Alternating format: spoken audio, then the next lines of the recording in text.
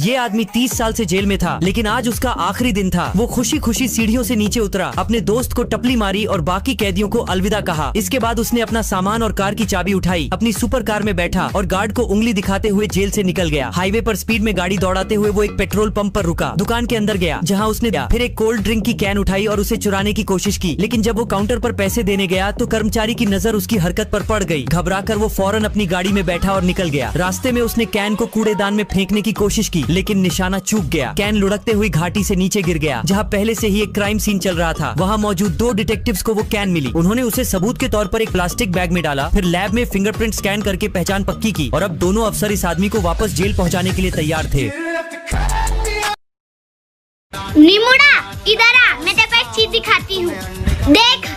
एक बार 2 लुटेरों ने प्लान बनाया कि इस बार बैंक लूटने चलते हैं। उन्होंने बैंक में घुसते ही बंदूक बैंक अधिकारियों पर तान दी। लुटेरों के मुखिया ने बैंक में मौजूद लोगों को चेतावनी देते हुए कहा, सब लोग तुरंत हाथ खड़े कर लो, और असिस्टेंट मैनेजर को बोला कि सारे पैसे इस बैग में डाल दो। फिर डर के मारे उसने सारे पैसे बैग में डाल दिए। फिर उनमें से एक लुटेरा जो कि डिग्री होल्डर था बोला कि पैसे गिन ले। मुखिया बोला, बेवकूफ, वो टीवी पर न्यूज में देख लेना, इसे कहते हैं एक्सपीरियंस। लुटेरे 20 लाख रुपए लेकर भाग गए। बैंक अधिकारियों ने कहा, पुलिस में कंप्लेंट करवाएं। मैनेजर बोला, 10 लाख और निकाल लो, और जो हमने 50 लाख का गबन किया है वो भी इस लूट में जोड़ दो, इसे कहते हैं अपॉर्चुनिटी। फिर टीवी पर न्यूज आई, बैंक में 80 लाख की लूट हुई। लुटेरों ने कई बार रुपए गिने पर 20 लाख ही निकले। उनको समझ में आ गया कि इतने जोखिम के बाद भी उन्हें 20 लाख ही मिले, जबकि मैनेजर ने बैठे बैठे 60 लाख यूं ही कमा लिए। इसे कहते हैं कॉर्पोरेट मैनेजमेंट।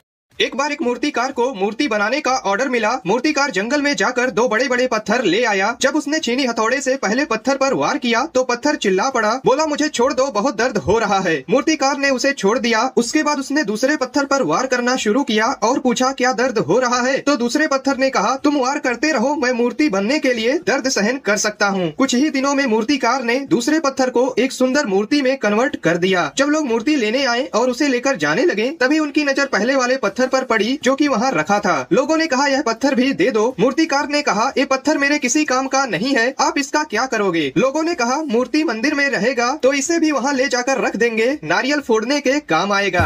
दोस्तों, फिर क्या था, दूसरे पत्थर की पूजा होने लगी और पहले पत्थर पर हर मिनट में कोई ना कोई आता और उसके सर पर नारियल फोड़कर चला जाता।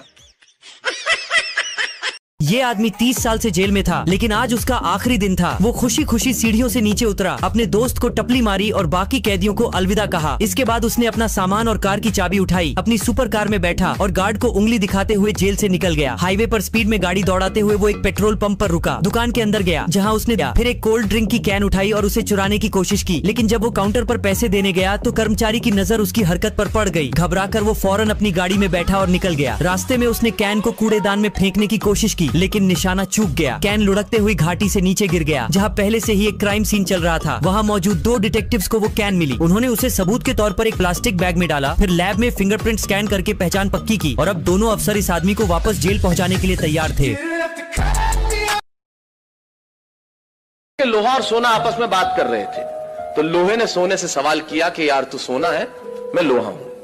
आपस में बातचीत शुरू हो गई तो सोना लोहे को कहने लगा कि यार लोहार तुझे बनाने के पहले ठोकता पीटता है, सोनार मुझे बनाने के पहले ठोकता। आप पढ़े लिखे लोग हैं, आग में तपा के ठोका जाता है, लेकिन जब तुझे लोहार ठोकता पीटता तो तू बहुत आवाज करता है, मैं तो चुप रहता हूं, ऐसा क्यों? लोहे ने जो जवाब दिया वो मेरी कविता की जमीन है। लोहे ने कहा, तो ठीक कहता है सोने, सोनार पीटता है तुझे लोहे की हथौड़ी से जो तेरी कुछ नहीं लगती, मैं लोहा हूं, मुझे जिससे पीटा जाता है वो लोहा है, और जब अपना अपने को पीटता है तो चीख तो निकलती है। वाह वाह वाह।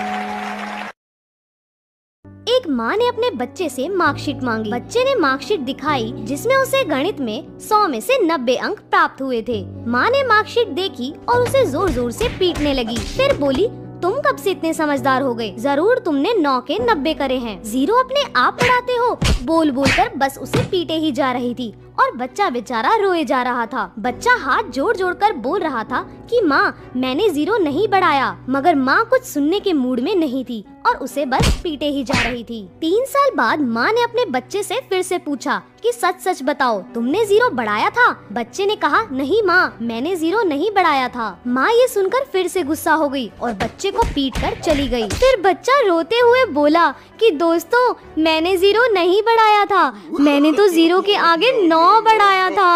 और ये बात दूर खड़ी माँ ने सुन ली और आगे क्या हुआ आप देख ही सकते हैं।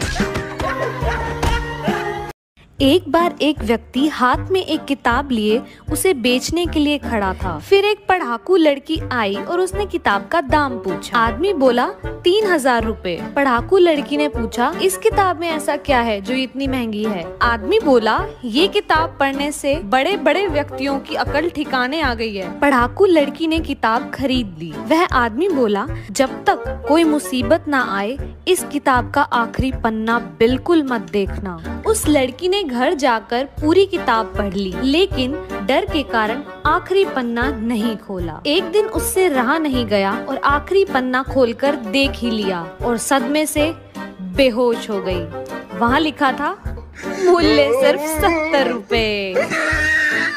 चाहे कितनी मर्जी किताबें पढ़ लो,